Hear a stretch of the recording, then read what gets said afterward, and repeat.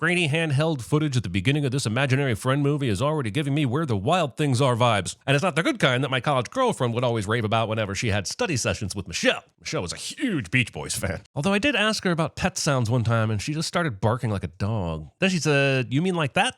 I remember my mom always asked me to tell her a story. Which is the perfect time and place for narration, when you don't have the luxury of a visual medium or sound equipment or actors. Is that 2 dinosaurs and a witch costume? Terrible costume planning. You couldn't come up with a single theme? If you showed up at my house, I wouldn't even answer the door. When I realized that the most important stories we have to tell are the ones we tell ourselves. How in the hell is that true? And why is it that every time a movie thinks it's being deep, it dives into this kind of introspective nonsense? It was then I realized that it wasn't Jeremy who spoke in class today. It was me who gnashed his teeth and bit the recessed lady's breast. And it's made all the difference. I think it's possible that this family's happiness during the opening credits is making me unreasonably angry. Probably due to my own personal problems, but I do assign blame to the movie. Also, I realize people like John Krasinski and Ryan Reynolds wanted to do a movie that they could take their respective families to, and they made this out of love for their kids. That's a very respectable thing to do with your time and money and should be applauded. But, fair warning, I'm going to be ignoring that during the Sin proceedings. Reading. Also, why is mom wearing civilian clothes? What kind of hospital will let you dress like you're going to Starbucks? Considering the opening credits, did we really need this mantle full of chronological photos to tell us anything more about this once happy family? Third place.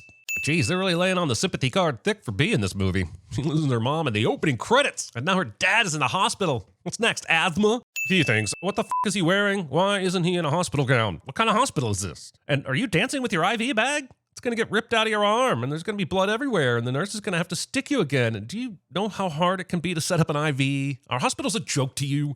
Why in the f*** did they place this TV all the way over in the corner where it's not only far away from the patient's bed, but anytime the door is open, it blocks the view? But the good news is, I'm not mom. I'm not sick. I'm just broken. Oh, what a relief. There's just something wrong with his heart. Heart issues are only the leading cause of death in America. No biggie. And I'm gonna be fine. I promise. Unkeepable promises.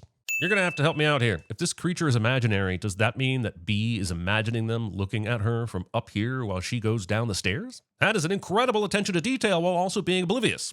What? Can you? See you? Yep, she's the main character. Of course she can. And if you thought you were invisible, why were you stealthily stalking her away? Keyholes that are big enough to be peepholes. Also, how is there so much light coming out of that keyhole? What are they doing with floodlights in there? Extreme shadow puppetry? Movie picks Harvey for the obvious imaginary friend reference and not Fight Club. You know where to find me. No thumbs up back? I guess heart problems run in the family. Is there no screen in those windows? And do they open all the way? Is this the same room where Birdman stayed? That's incredibly unsafe. Someone call whoever handles this shit. The OSHA of hospitals. Someone call the OSHA of hospitals. Please. Oh, wow. Look at that. Isn't that lucky? The window Cal needs to access is just unlocked. Also, we will later find out that B is projecting these imaginary friends, including Ryan Reynolds. I just want to know how this works. Do the imaginary friends have lives of their own once she imagines them? Or is she imagining this entire scenario? Because I feel like none of this would be happening if B wasn't around to see it, which blurs the line between the real and imaginary world, and exceeds the limit of creative license that I made up in my brain for this one video and is subject to change for future videos. So I ended up on Sin. This little girl's room with toys that cover up the entire carpet is a massive fucking failure. Did you talk to her? Well, no. It was hard to with all the crying. Did she even see you? She was about to. Well, geez, if she didn't see Blue or talk to him, what the made her cry for a whole hour? And just when the movie is about to explain that, Blue suddenly needs to sneeze because that's a very imaginary thing to do. Hi. And then B faints and is of course taken immediately back to her grandmother and, oh, they took her back to Cal's place? Yeah, sure, that makes sense. I guess this means her unconscious self is projecting this and the ifs have physical powers beyond the imagination? Well then. What do you mean? I'm Blue. All right, to me, this movie is basically live action Foster's Home for imaginary friends. Not only that, but they named the imaginary friend Blue, just like in Foster's. Yes, I know it's spelled different. And does that bother me? Yeah, a little bit. I feel like someone should have sent out a cease and desist letter at the very least. Also, doesn't he look like a grimace that let himself go? I'm sure you have questions. I mean, why not just tell her what the is going on and not make her ask questions and shit? Hell, I'd even settle for one of those animated montages that are all the rage over the let's see if she can ask the right questions nonsense. Imaginary friend? If. We say if. Because if there's anything that needed political correctness, it's the friends we make up in our heads. Also, if is much more awkward, but it helps with the branding. Did it help with the branding? Let me check. Oh, it did not. Also, since if stands for imagining a friend, what does it even matter? How is that more polite? This is basically so the movie can have a title with a double meaning, while also being search engine resistant. I made pancakes. Oh, God. They seem to be stuck to the pan. Fiona Shaw is a great actor, and I don't know why you hire her to be a very caring yet super useless grandma. These stuck pancakes don't function as a joke, and they don't function as a symptom of a larger problem in her relationship with her granddaughter. What's stuck is this movie in neutral. We don't even know what Bee's deal is yet, or what we hope happens. Also, there's more to this than just being a bad cook. Those pancakes are black and were probably on fire. Bee really has issues with boundaries. If you come into my hospital room looking for me and I'm not there, please don't expose my toy dragons. You want to catch MRSA? Because that's how you catch MRSA. Everyone in the hospital is in some other room or too busy to see whatever this is going on in the hallway. Since the majority of people wouldn't see blue, they'd be seeing a girl performing the best miming act ever, pretending she was pulling someone out of the laundry basket, complete with the requisite physics. Hi. Holy shit, is Benjamin an if? There's no way he just sat there looking at Bee this whole time without saying a word. Who are you talking to? And then the scene just ends.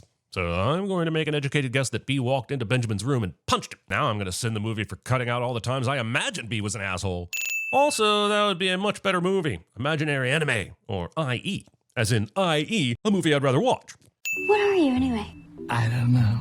Great job, movie. Everything is imaginary and you have a wide canvas to paint on here. Let's just make it so that the creature has no idea he's a Copenhagen-Finkel. I don't know, should have been greeted with buckets full of 40-year-old virgin slime from You Can't Do That on Television.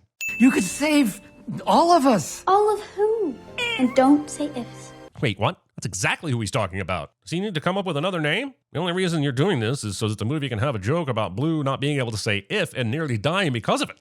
The movie's going to have a running joke about an if named Keith that's invisible and keeps tripping people all the way to the end when we find out Keith was John Krasinski's if all along. I am saddened the movie did not consider Keith for this forgotten if yearbook. Just a simple blank picture with all his pertinent information would have been nice. Where are we going? Bee's grandma clearly doesn't care that her 12-year-old granddaughter is out for hours and hours and never checks in. I guess she thinks she's spending all this time at the hospital. I think it's really nice of you, by the way. You'll have to guess what I mean by that. I am voice activated and can only talk for so long before someone gives me the vocal power I need to continue a conversation. Where do they live? Well, live. I think that's a relative term, but normally anywhere kids are or have been. So, everywhere? I guess you can safely only rule out strip clubs, bars, or Strange World. But it's locked.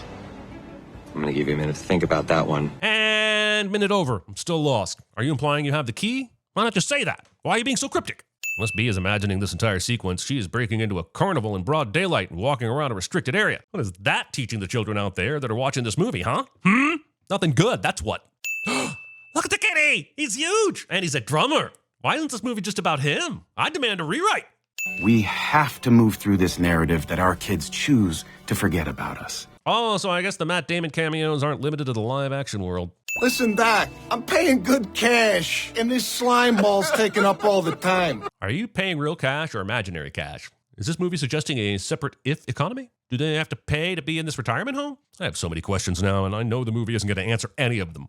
Judas, you can cover up. I know this is a joke, but why the f*** would an apple need to cover up? What are the parts that an apple would be embarrassed for us to see? The director said, let's cover up an apple. It'll make us look even more like assholes. Hey, Cal, you still owe me $20 from that phone party. So they use real money, I guess? Where the f*** did they get it from? Did they steal it because they're invisible? Why are there so many confusing throwaway lines in this movie? What a beautiful scene. Lewis is out on the deck enjoying the sunshine and... Wait, didn't they walk into a carnival ride and descend a lone corkscrew of steps to get to this secret place underground? What is this, Hollow Earth? It wasn't always like this. Too bad. The movie could have used a more lively Ryan Reynolds. Instead, John Krasinski made himself the Ryan Reynolds, and he's been gone for nearly 30 minutes. You guys seem to have this under control. Are you going to just leave her? In, Coney Island? Does she even know how to get back or use the subway? She's 12, you monster. This place can be anything you want it to be. All you need is a little imagination. So it sounds like they didn't even need to go all the way to Coney Island, and they could have just dreamed this place up in Cal's apartment. Bee starts reimagining the place to something she likes, and you'd think she'd just be able to think of something and it becomes that thing. But no, apparently it requires tile-by-tile remodeling, and it's something Cal has to run away from because it's deadly, I guess. This all looks kind of the same, but more like a retirement home I can't afford. The first one was that too, but now it's even more so. I would love to see what would have happened if that fire actually engulfed Cal here. If you die in the if, do you die in the real world? A lot of Ryan Reynolds' performance in this is saying no, no, no, or whoa, whoa, whoa, and I get it. He's playing it up for the kids. Look at that stuffed shirt, learning what fun is again. But goddamn, it's painful watching him play this overly cautious, overly nervous character. I'm glad he doesn't die, because then they'd have to call this dead. Nope, I'm not going to say it. I didn't say it. Here's a pat on the back for me and a sin for the movie, both for no reason. Cal's in the ocean now. What happened to all the swimmers who were in the pool? Are they still in the pool? Do they also make the ocean jump with Cal? Then we find out the ocean he's in is the one depicted in the painting from earlier. Why isn't this world nothing but paint? Hell, when Cal tries to escape, he briefly becomes paint. So why is it so real before then? You gotta use aha rules, movie. Also, I would love to know what Cal saw as he approached the frame of the painting. Is there a portal behind this boy and dinosaur? Can you see the If retirement home from here? Are the boy and the dinosaur freaking out now that they're alive? I got so many questions this movie definitely didn't want me to ask. Okay, finally! I got it! There are no rules, and I'm an idiot for trying to figure them out. He's back. He's so big and cuddly. A sin for not including him. Cute little middle-aged baby with the stained shirt. You should be the star. I don't have much to say about this dance fest on stage while supposedly Tina Turner sings. It looks like a grand old time, but also, you're stealing the stage from Tina Turner. So I think your imagination gets a sin for upstaging her just so you can have this fantasy. You're back. Is he all right? I think they created a highly malleable pocket dimension. That's what I'm going with. Not that anyone cares. Well, that was the weirdest job interview I've ever been a part of. So basically, they told B to imagine a new retirement home for the ifs and then nothing else. She didn't get even one lesson in what she's actually going to do or how she's going to do it. It's simply time to go home for some reason, even though neither of these people really actually have to get back to anything. See you tomorrow. So is he leaving her to ride the subway alone? Hey, neat Calvin and Hobbes Easter egg movie. Is that where Ryan Reynolds gets his character name? Swell. How are you still not wearing a hospital gown and your heart monitor isn't hooked up? Don't you have heart problems? B, after your dad almost dies at the end of this movie, you should convince him to sue the hospital. You know what no one tells you about hospitals? There is nothing good to read. Hey, you're the one who brought a copy of Pride and Prejudice with you. Just saying. I got a job. I assume I'm allowed to ask no questions. Nope. I certainly would, considering the child labor laws. Anyway, why even bring it up if you can't give your hospital-staying dad a fucking clue? Have you ever had an imaginary friend? Nope. Want one? You just have to take the imagination part out of it and then get saddled with someone else's idea of a buddy. It's super awesome and cool. I'm not gonna ask you again. Put some pants on. You're freaking everyone out. Literally none of the ifs in this hallway, except for the astronaut, are wearing pants, so why does a banana have to? During this montage interview, we get some of the ifs' names and where they're from, and that a lot of them were forgotten after a big move, but basically no character development beyond that. Remember Jessie in Toy Story 2 when she sang, "I'm so very, very sad"? Yeah, those were the days. All right, that's it. I got this. What would have happened if Guardian Dog had jumped on Benjamin? Would he have done anything at all? Would Benjamin maybe have seen him after that? What the f? Later on, we do get proof that the ifs can manipulate the real world, which means other people's imaginations could theoretically hurt you. But I said... Oh, my eyes can taste it. But it would taste like gummy bear, right? Are we really saying the gummy bear fart is going to have a horrible smell that comes out of, I don't know, those wax soda candies when they fart? While Blue does his interview, I'm wondering why was he living with Cal this whole time and not at the retirement place with everyone else? B already knew that Benjamin couldn't see Blue, right? He was right outside the door earlier when B was scolding Blue for being there. He even asked, Who are you talking to? Anymore? No. this realization is going to change the focus of the story. B's going to try and find the ifs their original buddies, which makes a lot more sense than this bullshit they've been doing. But they base this on the fact that Benjamin, who is one kid, can't see these handful of ifs. Why not parade these things around town and see who sees them? All this time spent trying to find new kids. They stopped looking for their old one. But their kids have grown up. They don't need them anymore. All kids need their imaginary friends, especially when they grow up. You're just telling us this now? We had 2 whole montages, man. Could have saved us so much time. Also, movie makes these words come out of Louis Gossett Jr.'s mouth so that I can't dare argue about it. That's dirty pool, mister. Nothing you love can ever be forgotten.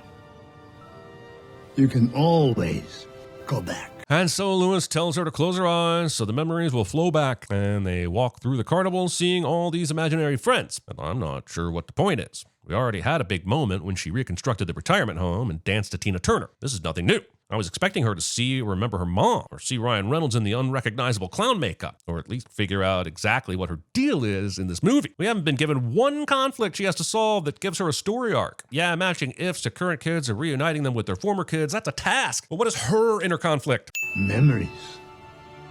they live forever, right there in your heart. That's not how that works. That's not how any of that works. This smug asshole. The best night of my life! Why do these ifs even need a kid? Seem to be able to create these experiences out of thin air. I'd rather just spend my time doing that than follow a snot-nosed kid around. I always dreamt of being a dancer. Really? Excuse me, don't look so surprised. Your grandfather thought I was quite fetching. What does being fetching have to do with being a dancer? That's your grandmother. You're beautiful. I mean, that really unclear silhouette could be anyone, but yeah, she looks okay. I mean, let's be honest. Who wants to see an old woman dance? You're her. Ooh, is this a riddle? Yeah, it's called the pronoun game. Stop acting like you're enjoying it. Are they just gonna leave the door open? Anyone could walk in. A guy in a diaper could walk in. Also, why is Blossom hiding if she's invisible? Isn't the point of this for her to be seen? And then what? That's it? Bee's grandmother dances and Blossom glows? I thought she was gonna turn around and see her. Fucking fuck is this? Oh, I should have worn a suit. Couldn't you just instantly imagine one up? Yes, I'm bitter. This is the first time the movie has proved that an if can manipulate the real world with their own actions, and I'm not sure I'm fucking on board with that shit. And even after that, this former kid, now adult, doesn't see it. Also, I thought the point of this new strategy they had was to get people to remember their old life and to conjure memories. What the hell was standing next to him at a public bathroom sink supposed to do? It didn't work. I don't understand. They were standing right next to each other. Did you already forget about memories? You gotta make him dance or whatever. That's one of the few concrete rules this movie has set, and she forgets it after the first time it works. Maybe the mood wasn't right. In fairness, the music was terrible. What music? What the f are you talking about? They were in a bathroom playing no music. The only music was from Michael Giacchino, and I'm not ready to believe they were hearing that. Man, it's lucky B isn't trying to do an Inception. This is way too f***ing obvious for an Inception. The projections would have been here before the box was open. B just sits here eating a goddamn croissant, and this scene plays out with all the remaining croissants going completely unoffered. Oh, shit. I think he shipped him. Also, can he see him now? Or just feel him? Or what is happening? Kids. Oh, where have you been? You're asking that now? Ma'am, I just assumed you didn't care. I just can't do it again. How many times has B walked into Cal's apartment and pronoun gamed the situation, beckoning people to ask her questions? It's like at least twice, right? Which is a lot. I would have been more invested in all this if B had been, or the movie had been. The movie took her mom in the opening credits, and then after those were over, it gave us John Krasinski being his ever-loving, goofy self at the hospital while B was kicking it in Coney with the ifs. It never told us exactly what he was going through. So I feel, what is it? Indifferent? Stay back, Grandma. We really need an emotional scene between B and her dad. And you know what they say, three's a crowd. You know he's in bad shape since they finally put him in a hospital gown like he's actually a patient in a goddamn hospital. So you can't go anywhere. I'm just a kid. Please, Daddy, please. Kaylee Fleming's acting here is grand, and it's making me my cold dead eyes tear up, and I would take a sin off if I wasn't sure that her dad is just sleeping and she's doing all this for no reason. I don't think he's in a coma or anything. I'm pretty sure he's just napping. He's awake. He's awake. And the nurses rush in. Seriously, this entire scene befuddles me. Nobody said shit about what happened, but they were super concerned. Then the nurse says, Hey, your dad had a long day. He just needs some rest. which alleviated all of my concern about Dad's condition. But since then, the movie has taken this, oh shit, what a miracle this dude woke up stance. My friend lives here. Your friend? Oh, Jesus. I get this box has to fall because of the plot, but anyone else would have caught it by now. It was always you. And I'm so sorry that I didn't remember sooner. So Cal was an if, a clown depicted in one of her drawings, and the movie has its big surprise. Honestly, I thought her dad would be the surprise if. But my mind tends to wander into darker territory. Anyway, my question for the movie is, how the f*** did she imagine the clown without his makeup? What a colossal f***ing cheat this is. I just had to come tell you that I'll always need you, especially when I grow up.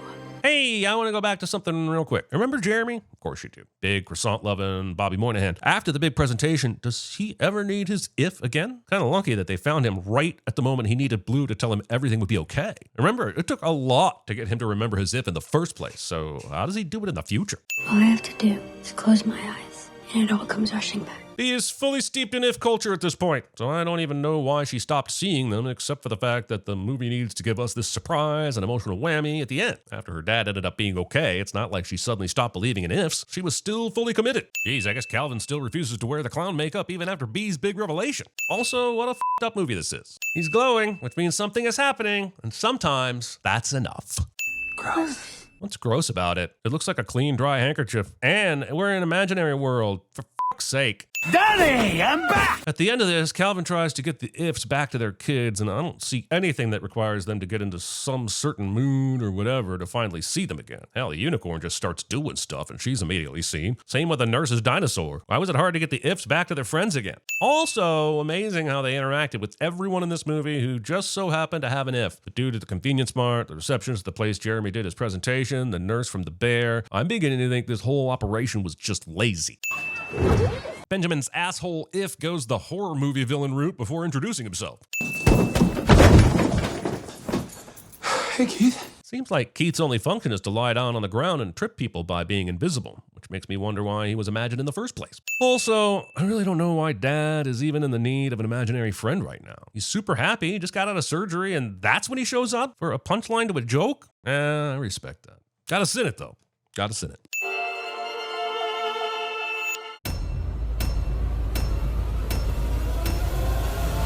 Yep, trapped in the painting again. I know.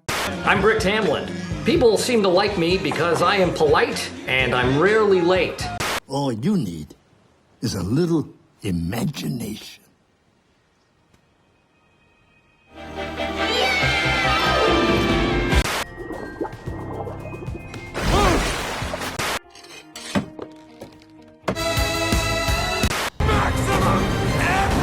Because I don't like your phrase, having anything to do with the Communist Party, because Robert never had anything to do with the Communist Party as such. Cool name. Superpowers? I can distort electrical fields.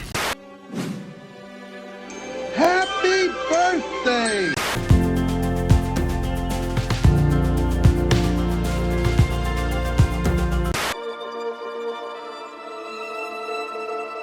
You've done it, Neville. Found the room of requirement.